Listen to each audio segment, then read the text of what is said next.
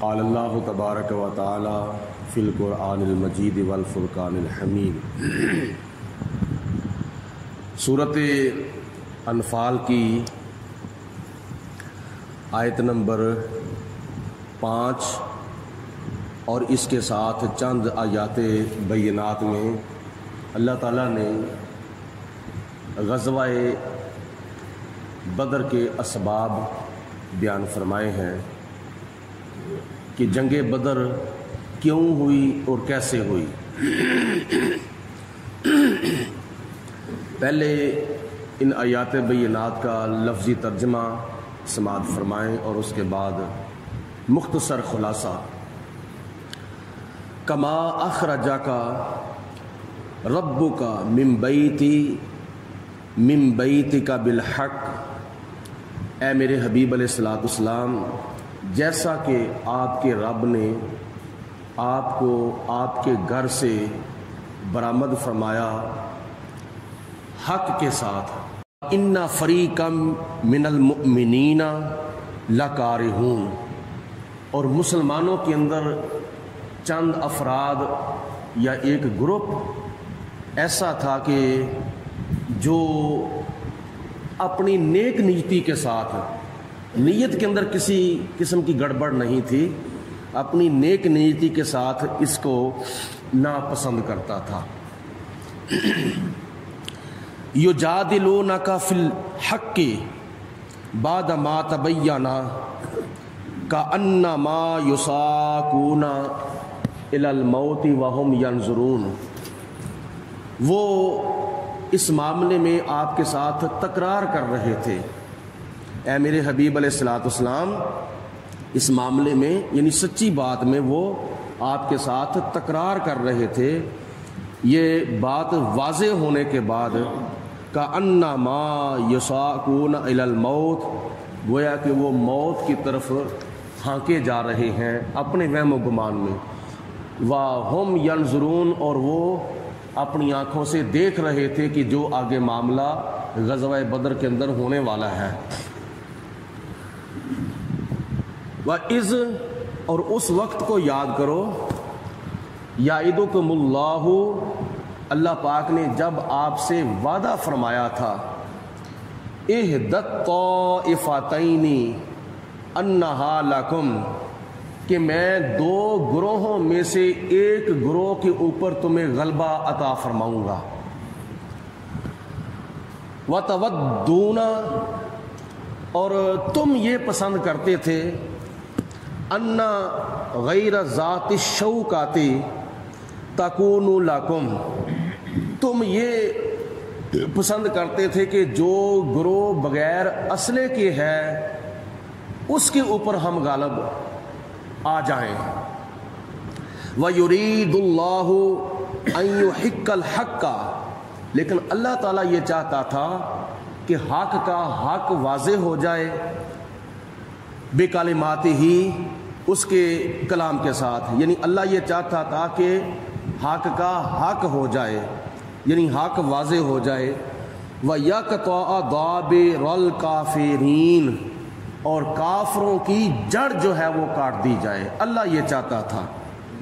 لِيُحَقَّ الْحَقَّ وَيُبْطِلَ الْبَاطِلَ، اللہ تعالیٰ یہ چاہتا تھا کہ دودھ کا دودھ ہو جائے اور پانی کا پانی ہو جائے، حق کا حق ہو جائے اور باطل کا باطل ہو جائے۔ وَلَوْ كَرِهَ الْمُجْرِمُونَ، اگرچہ یہ مکے کے مجرموں کو، کافروں کو یہ چیز نہ بھی پسند آئے۔ اِذْ تَسْتَغِیثُونَ رَبَّکُمْ، اس وقت کو یاد کرو جب آپ اپنے رب سے دعائیں مانگ رہے تھے۔ فَاسْتَجَابَ لَکُمْ، تو پھر تمہارے رب نے تمہاری دعا کو قبول فرمایا۔ انی ممدکم بِأَلْفٍ مِّنَ الْمَلَائِکَةِ مُرْدِفِینَ، کہ بے شک میں تمہاری 1000 فرشتے کے ساتھ مدد کرنے والا ہوں، اور فرشتے بھی وہ جو لگاتار آ رہے ہیں۔ وَمَا جَعَلَهُ اللَّهُ إِلَّا بُشْرَىٰ، اس واقعہ کو اللہ پاک کی ذات بابرکات نے تمہارے لیے خوشخبری کا سبب بنایا، وَلِتَطْمَئِنَّ بِهِ قُلُوبُكُمْ، اور تاکہ تمہارے دل جو ہیں وہ مطمئن ہو جائیں، وَمَن نَّصْرُ إِلَّا مِنْ عِندِ اللَّهِ، اور مدد جو ہے وہ صرف اور صرف اللہ کی طرف سے حقیقی طور پر ہوتی ہے۔ ظاہری طور پر اس کا فرشتے بھی سبب بنتے ہیں، اللہ کے نبی بھی سبب بنتے ہیں، اللہ کے ولی بھی سبب بنتے ہیں، اور عام مسلمانوں کے لیے عام مسلمان بھی سبب بن جاتے ہیں۔ حقیقت میں یہ مدد اللہ کی طرف سے ہوتی ہے۔ ان اللہ عزیز الحکیم، بے شک اللہ تعالیٰ بہت زیادہ عزت والا بھی ہے اور بہت زیادہ حکمتوں والا بھی ہے۔ ان آیات بینات میں اللہ تعالیٰ نے جنگ بدر کے کچھ اسباب بیان فرمائے ہیں۔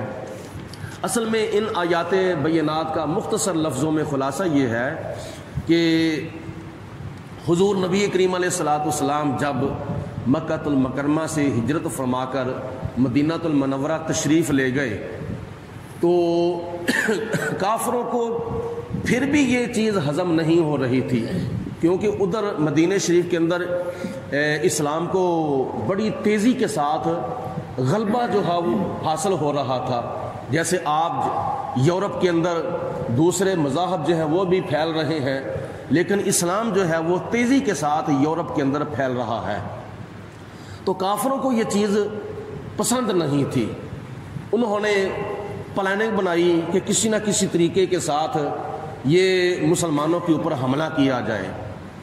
دو کافروں کا جو ذکر کیا ہے، دو گروہوں کا اللہ تعالیٰ کی ذات نے ان آیات بینات میں کیا ہے، میرے حبیب علیہ السلام میرا تم سے یہ وعدہ ہے کہ کافروں کے دو گروہوں میں سے ایک گروہ کے اوپر میں تمہیں غلبہ عطا فرماؤں گا۔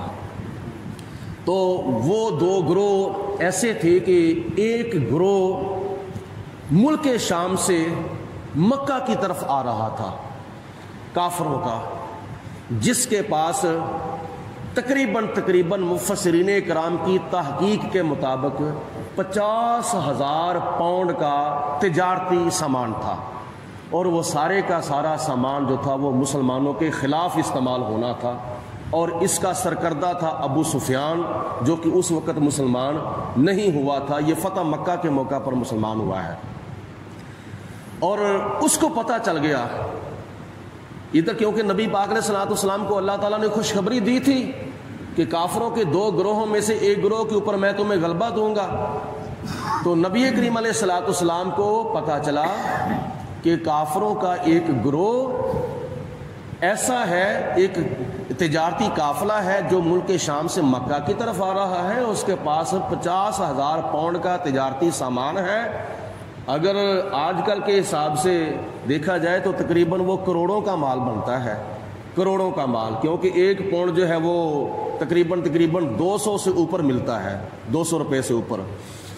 تو حضور علیہ الصلوۃ والسلام نے صحابہ اکرام کے ساتھ مشاورت کی کہ کیا کیا جائے، ان دونوں گروہوں میں سے کس گروہ کو منتخب کیا جائے غلبہ پانے کے لیے۔ تو صحابہ اکرام میں سے چند صحابہ نے یہ مشورہ دیا کہ جو ایک ہے لشکر اور ایک ہے قافلہ، لشکر جو ہے وہ ابو جال کی سرکردگی میں ہے، اور قافلہ جو ہے وہ ابو سفیان کی سرکردگی میں ہے۔ قافلے کے پاس تجارتی سامان ہے، اور جو لشکر ہے ابو جال کی سرکردگی میں، اس کے پاس اسلحہ ہے، اس کے پاس جنگی ساز و سامان ہے۔ ادھر ابو سفیان کو پتہ چل گیا کہ مسلمانوں نے ایک منصوبہ بنایا ہے کہ کسی نہ کسی طریقے سے وہ اس تجارتی قافلے کے اوپر قبضہ کرنا چاہتے ہیں، کیونکہ اللہ تعالیٰ کی ذات بابرکات نے خوشخبری دی تھی۔ تو پھر بعض صحابہ کرام نے مشورہ دیا کہ یہ تجارتی قافلہ جو ہے، یہ اس کے پاس جو سامان ہے نا، تجارتی سامان، یہ سارے کا سارا ہمارے خلاف استعمال ہونا ہے، تو بہتر یہ ہے کہ اس کے اوپر قابو پایا جائے، اس مال کو اپنے قبضے میں لیا جائے۔ ابو سفیان کو پتہ چلا تو اس نے پیغام بھیجا مکے کے اندر ابو جال کو، دیگر کفار مکہ کو، کہ کسی نہ کسی طریقے سے میری مدد کو پہنچو، یہ مسلمان جو ہیں یہ تجارتی سامان اپنے قبضے میں کرنا چاہتے ہیں۔ تو ادھر سے ابو جال جو تھا وہ میدان بدر کی طرف بڑھ رہا تھا اپنا لشکر لے کر، جس کے پاس جنگی ساز و سامان تھا۔ تو اللہ تعالیٰ کی ذات بابرکات نے یہ وعدہ فرما لیا۔ اب صحابہ اکرام میں سے چند صحابہ کی رائے یہ تھی کہ کیا نام ہے، قافلے کے اوپر قابو پایا جائے، لیکن اللہ تعالیٰ کی ذات بابرکات کا منشا اور رضا خدا کی یہ تھی کہ حق کا بول بالا ہو اور باطل کی رسوائی ہو اور کفر کی رسوائی ہو۔ اللہ کی ذات یہ چاہتی تھی کہ لیحق الحق ویبطل الباطل، تاکہ اسلام کا بول بالا ہو اور کفر کو نیست و نابود کیا جائے۔ اللہ یہ چاہتا تھا، لیکن آپشن دو دیے تھے کہ میں دونوں میں سے ایک کے اوپر تمہیں قبضہ دوں گا۔ صحابہ اکرام میں سے چند نے یہ اپنا مشورہ دیا، لیکن اللہ کی رضا بھی یہ تھی اور نبی پاک علیہ الصلوۃ والسلام کی رضا بھی یہی تھی، اور جناب ابوبکر صدیق اور حضرت عمر فاروق اور حضرت سعد اور حضرت مقداد، اس طرح کے چند صحابہ حضور علیہ الصلوۃ والسلام کے اشاروں کو اور آپ کی رضا کو سمجھ گئے۔ حضرت ابوبکر صدیق، عمر فاروق اور دیگر صحابہ نے عرض کی، نہیں یا رسول اللہ، ہم تو لشکر کے ساتھ ٹکرائیں گے، ہم تو دین کا، اسلام کا بول بالا کریں گے، ہم تو کفر کی جڑوں کو کاٹیں گے۔ تو یہ سبب بنا جنگ بدر کا، میدان بدر لگ گیا۔ تو رات کو نبی پاک علیہ الصلوۃ والسلام نے پھر اللہ تعالیٰ کی بارگاہ میں دعا کی، اور یہ قافلہ بھی مختصر تھا، 313 تھا یا 319 تھا یا 308 تھا، چند صحابہ کرام تھے، لیکن وہ ابو جال کا جو لشکر تھا وہ 1000 کی تعداد میں تھا، اس کے پاس جنگی سازو سامان بھی بہت تھا، اور ان کے پاس 2 گھوڑے، 6 زرہیں، 8 شمشیریں۔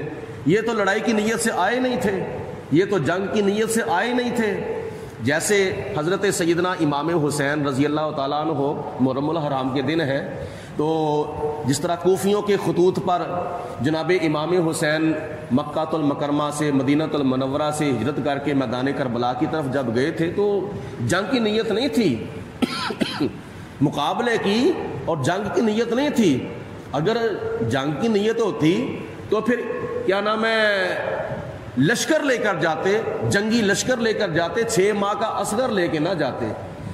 تو جنگ کے اسباب تو وہاں جا کے پیدا ہو گئے تھے، میدان کربلا میں۔ اسی طرح میدان بدر کے اندر صحابہ کرام جو آئے تھے وہ تو اتنا جنگی ساز و سامان لے کر نہیں آئے تھے، ان کی نیت نہیں تھی، بلکہ یہاں جنگ کے اسباب جو تھے وہ پیدا ہو گئے تھے۔ تو نبی کریم علیہ الصلوۃ والسلام نے پھر رات کو اللہ کی بارگاہ میں دعا کی، استغیثون ربکم فاستجاب لکم۔ اس وقت کو یاد کرو جب تم اپنے رب سے دعائیں مانگ رہے تھے۔ ساری رات نبی پاک علیہ السلام اللہ کی بارگاہ میں دعا مانگتے رہے کہ یا پروردگار عالم، میں تو آخری نبی ہوں، میرے بعد تو کوئی نبی آنا نہیں ہے، تو اگر میرے بعد کوئی نبی آنا ہوتا تو پھر تو کوئی بات نہیں تھی، لیکن یہ چند افراد ہیں جو تیرا نام لینے والے ہیں، یا اللہ اگر یہ آج یہ سارے کے سارے شہید ہو گئے تو قیامت تک تیرا کوئی نام لینے والا نہیں ہوگا، تو یا پروردگار عالم ان کی پھر آج غیبی امداد فرما۔ سورۃ آل عمران کے اندر بھی اس کی وضاحت گزری ہے کہ اللہ پاک کی ذات بابرکات نے یہاں ارشاد فرمایا کہ 1000 فرشتے کے ساتھ میں تمہاری مدد کروں گا۔ سورۃ آل عمران کے اندر 4 پارے کے اندر آپ نے سنا ہے کہ اللہ پاک کی ذات بابرکات نے ایک جگہ پہ 3000 فرشتوں کا ذکر کیا ہے اور ایک جگہ پہ 5000 فرشتوں کا ذکر کیا ہے۔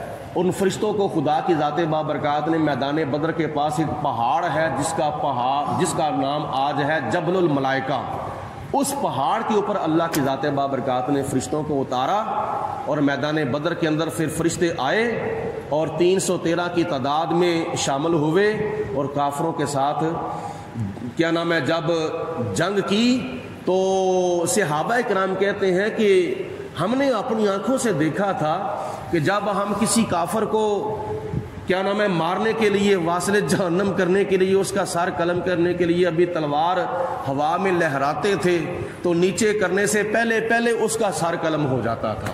ابھی ہم تلوار مارتے بھی نہیں تھے تو اس کا سر پہلے ہی قلم ہو جاتا تھا. وہ حقیقت میں اللہ کے فرشتوں کی مدد تھی. تو اللہ پاک کی ذات بابرکات نے اپنے فرشتوں کے ساتھ مجاہدین بدر کی امداد فرمائی. فاستجاب لکم انی ممدکم بِأَلْفٍ مِّنَ الْمَلَائِكَةِ مُرْدِفِينَ. اور حضور علیہ الصلوۃ والسلام نے پھر پہلے خوشخبری دے دی. نتیجہ نکلنے سے پہلے ایک دن پہلے آپ نے نشان لگا دیا میدان بدر کے اندر. یہ بخاری شریف کے حدیث پاک میں آتا ہے کہ اپنی چھڑی جو آپ کے ہاتھ میں سٹک تھی، آپ نے اس چھڑی کے ساتھ نشان لگا دیا کہ اس جگہ پہ فلاں کافر مرے گا، اس جگہ پہ فلاں کافر مرے گا، اس جگہ پہ فلاں کافر مرے گا. حضور علیہ الصلوۃ والسلام نے نشان لگا دیے.